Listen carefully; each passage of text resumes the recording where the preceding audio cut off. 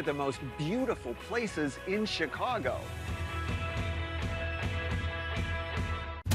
Chicago, the Mecca, the hub of gospel activity. This is a very serious problem. Don't make it funny. Like something out of hell. It was just unbelievable. They were losing men almost every week. They knew these kids. The story of meatpacking in Chicago is the story of American capitalism. I think your questions are both insulting and stupid. Excuse me. Whoever thought of flying on a plane is a friendly thing? Isn't making ads the most fun you ever had in your life? Ted, bring it. Let's hear it out there. More than just beautiful dance. It's a touch of the divine. More than just legends. It's the beautiful culture and wisdom of China before communism. More than just a performance. It's an experience that awakens the soul. Shen Yun, coming to Chicagoland, April 6th to the 30th. Buy tickets now at shenyun.com. WTTW programming originates from the Renee Crown Public Media Center. Get ready for a star-studded Finding Your Roots marathon. Dive deep into the family history of Lupita Nyong'o, Eric Stonestreet, Lydia Bastianich, and many more. It's a Finding Your Roots marathon. Monday at 7 on WTTW. Hi, I'm Raphael, and I watch WTTW.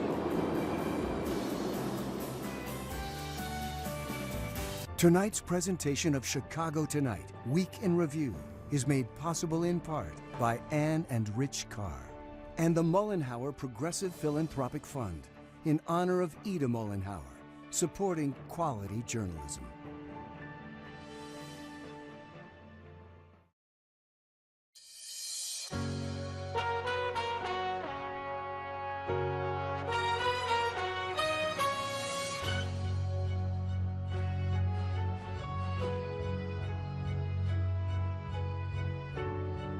Hey everyone, thank you for joining us on the Week in Review. I'm Paris Schutz.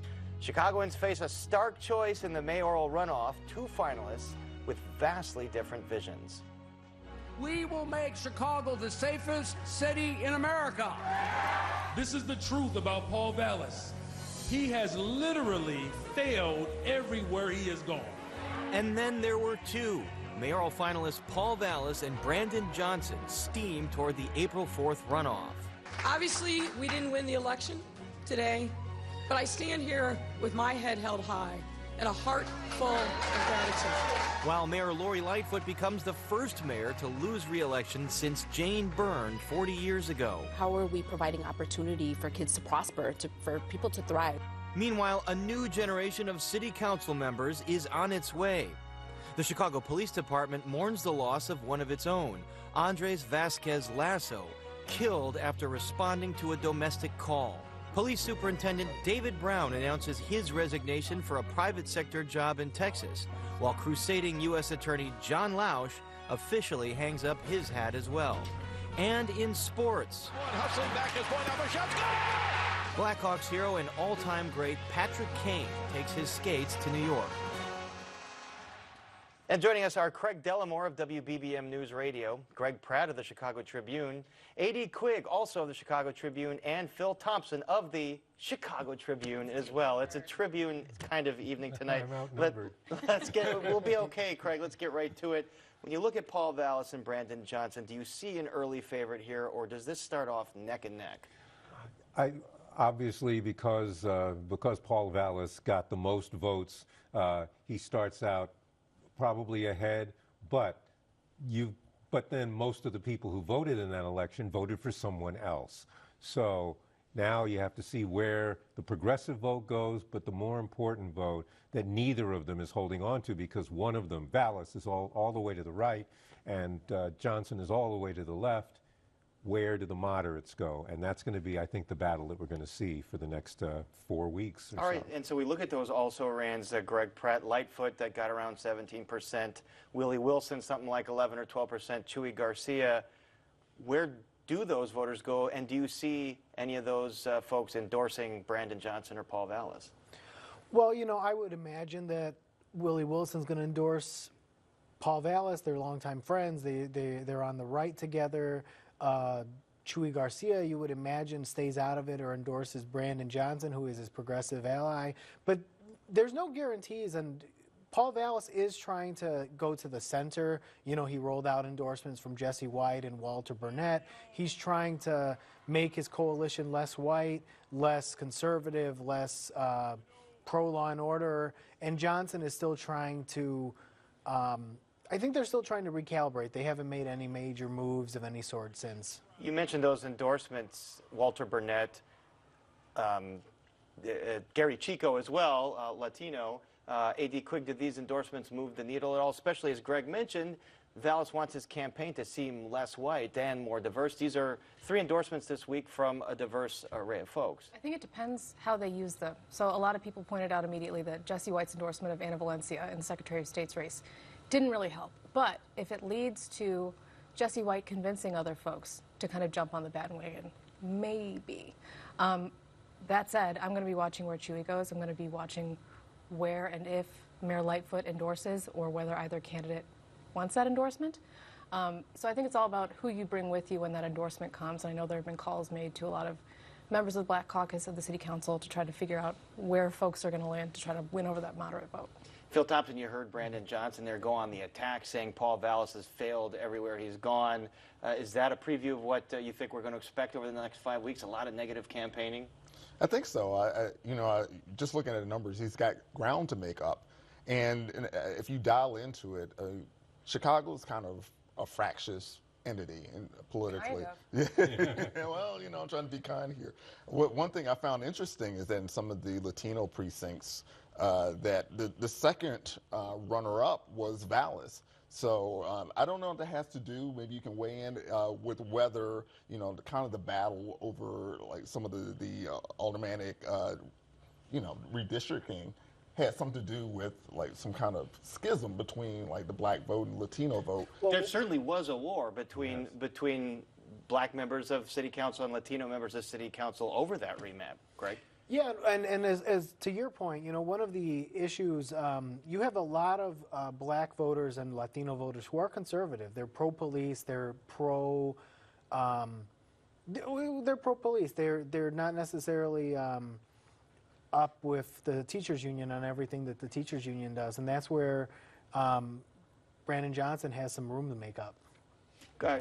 Craig Dellamore, there's been a lot of postmortems about the Lightfoot campaign, where it went wrong. In the end, it felt like during her tenure, the high crime and the personal style here that alienated not just foes, but many former allies. All of that sort of did her in. Is that how you see it? I think to some degree, yes. Because think about it, this is a mayor who had gotten federal money to help get the city through COVID, and I don't think there's anyone who can credibly say that she didn't get the city through COVID very well. Or anyone would have done better. Yes, exactly. The recovery is underway. The south and the west sides are getting the kind of development that they haven't seen under other mayors who promised it but never sent the money. So she should have it should have been a shoo-in. So yes, some of her own wounds were self-inflicted. That is the style thing, but I still think the biggest element was crime. First off, the campaign became about crime, but also how do you convince people that things are getting better when they are scared to go outside their doors? And A.D. Quigg, her 2019 campaign was all about bringing in the light, but in practice, this was not a very transparent administration when it came to freedom of information requests and really letting out reports into the public. Yeah. Greg Pratt can tell you better than almost anyone how much she's had to fight the Lightfoot administration on FOIA requests. But yeah, there were transparency issues. There were promises that she went back on or amended in a way that people felt let down by. Elected school board was one of them. The remap was another big one. So I think the style, the substance was an issue. We can't discount racism or sexism in that role either. That's going to be something we probably won't figure out for a long time. And certainly in some of the caricatures that happened, certainly that was, and some of those caricatures that apparently Paul Vallas's Twitter account liked or interacted with, Paul Vallas says, it wasn't me, it was someone else that maybe hacked my Twitter account. I think that's one of the silly things about the campaign, because I don't know if any of us knows a particular candidate who actually does their own social media. That is a Donald Trump. But a lot of that was done before he was a candidate. It was just his regular account, right? It's a weird story, you know, and some of his people will say that he doesn't post on his own and he'll send his stuff or like dictate it and someone will post it for him even when he wasn't a candidate. I'm not sure that those posts shouldn't have, any of us could give up our Twitter to somebody to post for us and they probably wouldn't be liking some of that stuff. So that was a management concern that is fair to talk about. I am not giving up my Twitter account to anybody. Okay, I don't know about you guys. Greg Pratt, what about Chuy Garcia? He kind of came in as the front runner because of his name recognition. Fourth place finish has to be incredibly disappointing for his supporters or folks that wanted to see a Latino mayor. Yeah, he screwed up his political obituary. He came in as a front runner and he ran a bad campaign where he didn't really say anything. And, everything was about Harold Washington 40 years ago and I'm going to convene a meeting, and that's not really how you convince people to vote for you, no matter how much they like you. And he came in late. That's the other problem, that the progressive wing of the party, they were waiting for him. And he was trying to decide because of whether or not the House of Representatives would still be in Democratic control and he might move up in leadership. But the teachers union actually was holding off for him and then jumped in and said, all right, well, then we're going to do Brandon Johnson, and then he comes in. So I think there was some resentment among the progressives that said he should have come in, and now they weren't with him now. Yeah, the timing was really off, and of course he had to wait to win his congressional reelection, which was unopposed. He ran unopposed. Meanwhile, Phil Thompson, national media, has really taken an interest in this in the last week, saying it kind of fits into the national narrative about the Democratic Party. Are they going to go a more moderate direction, pro-law enforcement, public safety, versus the more progressive direction, quote-unquote, defund the police, for lack of a better phrase? Do you see that as the dynamic playing out here? Oh, definitely. Some of the narrative has been kind of surprising. I know it's a Democratic city, but it's almost been like, progressives versus conservatives in this race. And, you're starting to see some of those code words crop up, like CRT, some of that language. So I just think that's part of Johnson's strategy to try to paint Vallas as a closet Republican, and that's the path that he's already embarked on. And Vallas has been very smart about every ad he's been running, and he's run millions of them. He uses that all public safety, and he always uses that phrase, lifelong Democrat. And so he's got negatives, but you got to spend millions of dollars to do it, and it'll be interesting how much the teachers unions and SEIU gets in for. Well, that's my next question, because we both did stories on how some members of the teachers union were upset that all this money had been loaned to the campaign, their dues money. Is the CTU going to turn again to their members' dues and give millions more to Brandon Johnson for this runoff? I mean, you'd think they need to raise a lot of money. That's something I'm going to be watching for, and also to what extent big national progressive groups get involved in this. If he gets more money from the Illinois Federation of Teachers, the American Federation of Teachers, SEIU, to what extent the national gets involved in this, and how much can he raise that could combat the business money that we expect Paul Vallas to get. And Paul Vallas busts the campaign caps by loaning his campaign $100,000. So are you expecting just the money to start flowing into both sides of this race? I think both candidates hope it's going to start flowing, but I think one of the keys here is, to the extent that Paul Vallas can keep the focus of the campaign only on crime, I think he will be almost unbeatable. But there are other subjects that people would probably want to hear about that they're not, like education. Chicago is about to have an elected school board. Has anyone asked him, how do you feel about that? And, what are you looking for? No. Yes. He said, I'm not afraid to get involved in these elected school board races, which is something we haven't heard a ton from Brandon Johnson, but of course we expect CTU to get super involved in this. We also expect in the next 4 years, first of all, 2 years before the elected school board comes in, but then for the next 2 years, Greg Pratt, the mayor gets to appoint 11 members, and then 10 of the members are going to be elected. Do we think that Paul Vallas would go for folks that are pro-charter school versus Brandon Johnson would want CTU people on that board? No doubt about it. Paul has a very education-focused agenda, very conservative education-focused agenda with charter schools and vouchers and things of that sort, and he's going to pursue it. He's not, you know, the guy didn't run for office so that he could not implement some of the policies that he's campaigned on and that he's sometimes quiet about. So it's going to be a fascinating next couple years, and the next mayor does basically control the schools up until the end of their term. A.D. Quigg, not just the mayor's race that's fascinating, but the direction of city council.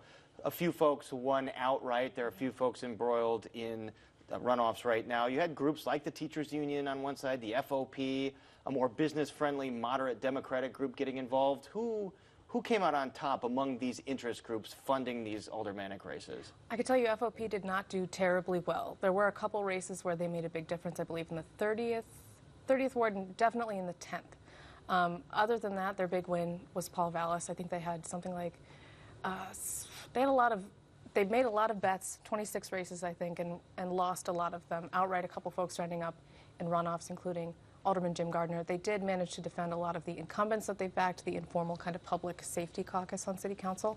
United Working Families, which is the CTU and SCU-backed progressive group, also did pretty well. Chicago Democratic Socialists did decent, also defending their incumbent alderman, but not so well on new faces.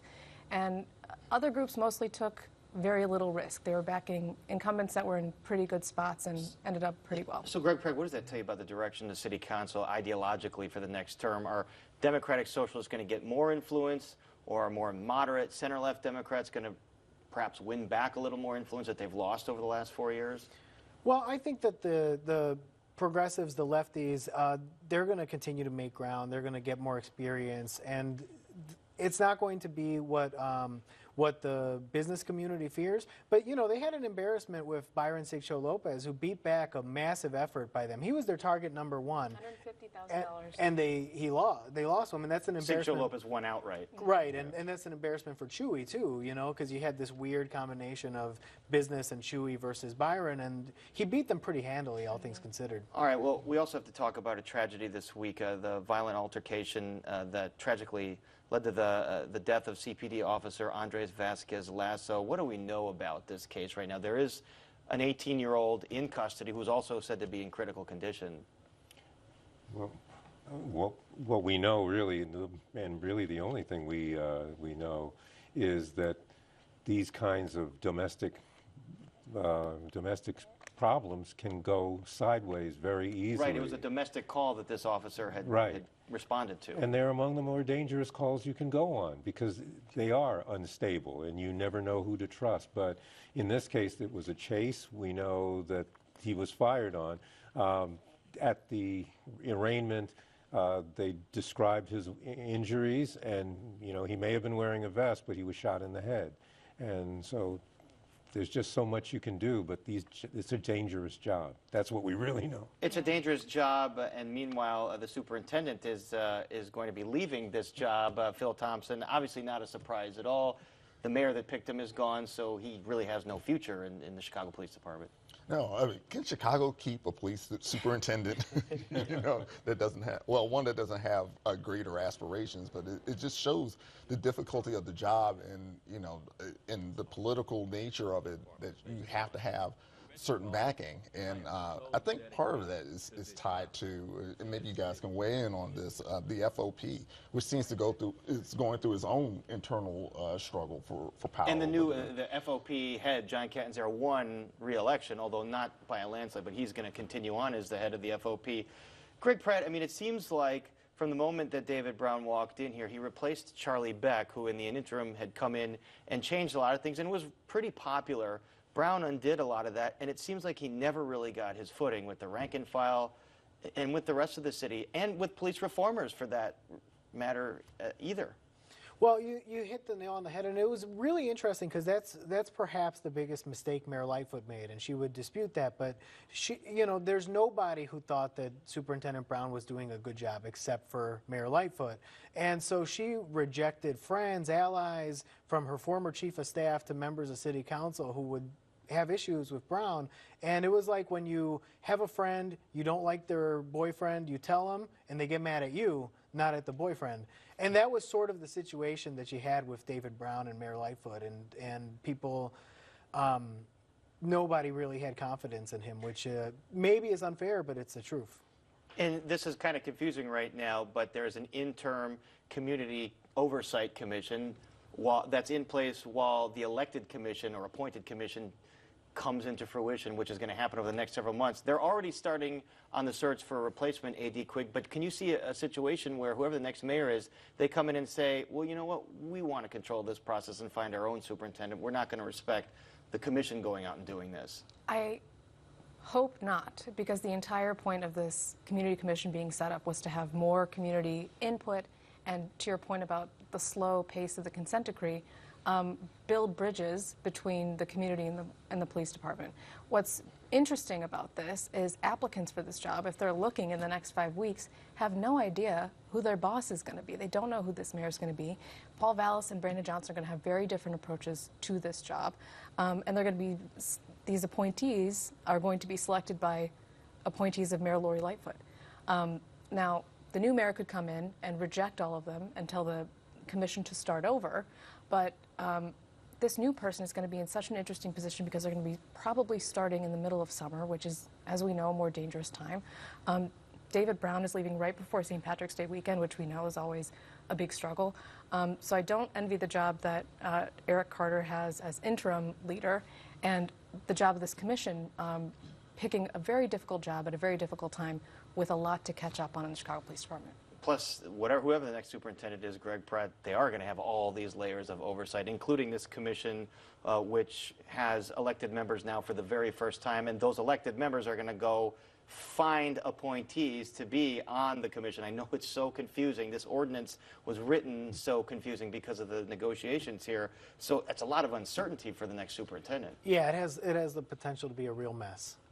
But the negotiations were a mess. Yeah, but the pressure is going to be on to make this process look like it's working, because it is the law, it has just been passed, and the people who have been fighting for it to be the law are still around, and they've been fighting for decades. So they're not going to go quietly if in the first big test it's ignored. If the mayor says we're going to circumvent this process, yeah. And the rule is that they find the 3 finalists, and the mayor can reject them, yes, if he or she so chooses. And if they're smart, they will have a list that's longer than 3. Yeah. Right. So that if the first list is rejected, they will be ready with another list. The question is, like, what kind of applicants are they going to get? Like, this is a difficult job. It's a big city. We've just gone through this massive racial reckoning. And there's so much brain drain at the top of CPD. Exactly. So many folks in both Vallas and Johnson have left. said they do want to appoint someone from within the department. But as you mentioned, yeah, the bench is more shallow than it once was. A little thinner. All right, speaking of the bench being thinner in sports,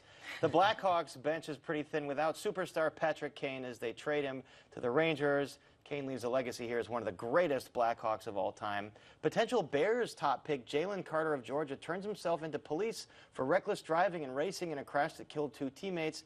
And the Northwestern basketball men's Wildcats loses 3 in a row with the NCAA tourney looming. Starting with the Blackhawks, Kane had a no-trade clause for all these years. Yes. Was it finally a situation where he knows that this team is going to be rebuilding for a long time and he wants to win another Stanley Cup? Well, he knew that last year, but I think it was a kind of a personal struggle that he was going through, that he just kind of came to grips that, all right, I'm ready to pick up. You know, keep in mind this has been his NHL home for 16 seasons, but he saw greener pastures with the Rangers. He could reunite with Artemi Panarin and chase a cup. And that's very alluring to him. And at the same time, he can help the Blackhawks out with their rebuild by giving them another high-round draft pick. And where are they in their rebuild right now? Oh, they're at the bottom.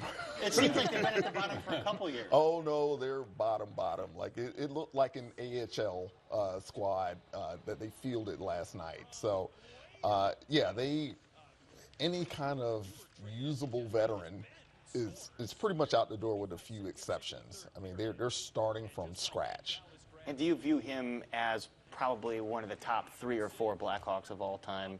Oh, absolutely. You know, there's Bobby Hull, there's Stan Mikita, and then, you know, when you look at a lot of the records, Patrick Kane is usually either 3rd, 4th, or 5th.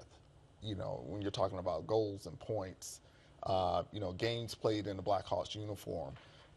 You know, and when you talk about American players, Oh yeah, he's right up there with. And you want to look at the most important one, Stanley Cups, 3 of them. Yes. For a franchise that had been starved of it before he came around.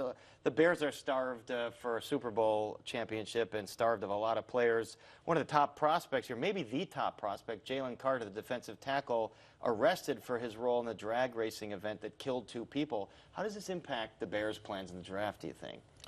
I think that's hard to say because, you know, one thing with these kind of quote-unquote scandals, you know, timing is everything. You know, you look at some of those, like, draft eve scandals that can plummet someone's stock. When they have time to change the narrative, you know, they can maintain or improve their stock. And I think with the Bears, you know, that it's a long way to draft day. So they're more concerned of what is their position going to be. You know, are they going to stay with that pick or are they going to move down? The other question is, Jalen Carter is not necessarily, you know, the de facto pick that they would take. It could be Will Anderson. You know, there's a conventional wisdom that you build from the trenches, from the inside out. Mm-hmm. So it doesn't necessarily have to be Carter anyway. And they could draft or trade their #1 pick and move even further back and just get a bunch of picks. Oh, absolutely. Absolutely. I mean, there are some people campaigning for that, you know, especially they're going through a rebuild too. The more picks, the better. You know, you see Kyle Davison is certainly throwing every pick that he can against the wall, you know, to get a first or second round pick. Maybe Ryan Poles does the same thing or something similar. All right, well, we have run out of time on this edition of the Week in Review. You guys have been a great panel. My thanks to Craig Delamore, Greg Pratt, A.D. Quigg, and Phil Thompson. And that is our show for this Friday night. Don't forget you can get Chicago Tonight and the Week in Review streamed on Facebook, YouTube, and our website, WTTW.com/news. And join us tonight at 10 o'clock for our regular Chicago Tonight. How Illinois State Police are addressing gun violence on Chicago's expressways. And as Chicago gets ready for its 186th birthday, WTTW News explains how Chicago got its shape. And now for the Week in Review, I'm Paris Schutz. I thank you so much for watching. Stay healthy and safe, and we will see you at 10. So what do we need to say about the Bulls right now? I mean, there's still several games out of the play-in seed there, and they didn't really do anything at the trade deadline. So No. I mean, what can they do? They're kind of in that messy middle. You know, they don't have a big 3. I think one of the best things I had a colleague coin is they have kind of a middle 3. And so I think they really need to kind of scrap the whole thing. You know, Lonzo Ball is never going to be healthy. Right. You know, DeMar DeRozan, he's a great player, but I don't see him as a superstar. Right. Not on a level. And Zach LaVine is the superstar, but can you count on him all the time? No. I mean, you know, the guy just started playing defense. So better late than never, I guess. Right. And you know, and there's rumors that he doesn't necessarily want to be here long term. I mean, $200 million, I guess, isn't enough reason. Yeah, I mean, but fine. Yeah, they'll always take the money. Right. But where's your mindset at? Do you believe in the program? In the franchise and where it's going. What about Northwestern? Do you believe in them going to the tourney? I think so. I think they'll pull it together. I don't know. Maybe it's just kind of wishful thinking. You know, I mean, it's been a great year up until the last week or so. I mean, that Purdue win was huge. #1.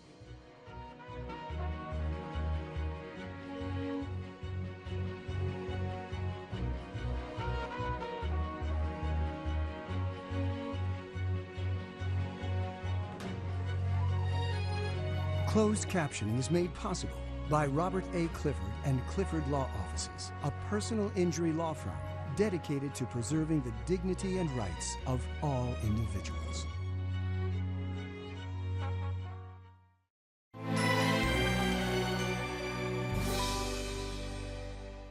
American Masters spotlights a bromance for the ages. Isn't he cute? From their early beginnings. I wanted to impress Groucho any way I could. To those late night swoons. Oh, Lydia, say, have you met Lydia? Discover their enduring friendship through rare clips and interviews. Do you think we have him in the palm of our hand? I think so, yes. See Groucho and Cabot. And then the dream began.